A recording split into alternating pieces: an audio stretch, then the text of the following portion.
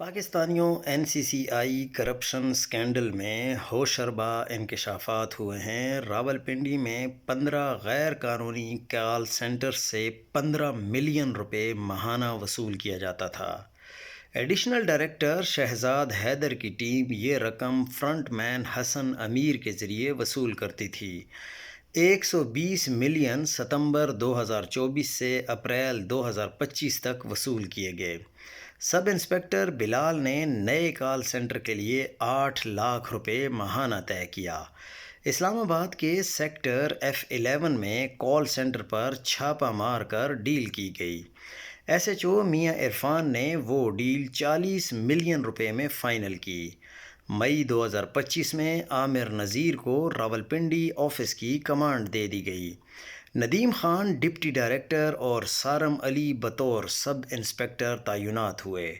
Deputy director سلیمان علوی بھی اس team کا حصہ بن گئے۔ اس ٹیم نے بھی 15 ملین روپے بتھا لینے کا سلسلہ جاری رکھا۔ سب انسپکٹر سارم نے اپنا ایک منشی محی الدین کو فرنٹ مین رکھ لیا۔ راولپنڈی میں ایک کال سینٹر پر چھاپہ مار کر 14 چینی شہریوں کو گرفتار کیا گیا۔ سارم نے اپنے فرنٹ مین کے ذریعے چینی شہری کیلون کو اور اس کی بیوی سے رابطہ کیا گیا۔ پاکستانی خاتون اریبہ رباب نے چینی شہری کیلون سے شادی کی تھی۔ خاتون نے شوہر کی بازیابی کے لیے 8 ملین روپے فراہم کیے۔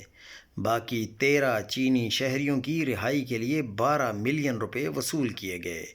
سارم نے اریبہ کے شوہر پر تشدد کیا اور ویڈیو اریبہ کو بھیجی۔ قانونی لوازمات پورے کرنے کے لیے مزید 1 ملین وصول کیا۔ اس چھاپے سے 21 ملین روپے کی حاصل رقم تقسیم کی گئی۔ سارم علی نے 1.7 ملین، عثمان بشارت 1.4 ملین، ظہیر عباس کو 1 ملین دیا گیا۔ ڈپٹی ڈائریکٹر ندیم نے عثمان بشارت کے آفس سے 9.5 ملین حاصل کیے۔ ایڈیشنل ڈائریکٹر عامر نذیر 7 ملین ادا کیے۔ 2.7 ملین ندیم نے خود رکھے۔ ملزمان کی گرفتاری کے لیے ٹیمیں تشکیل دے دی گئی ہیں۔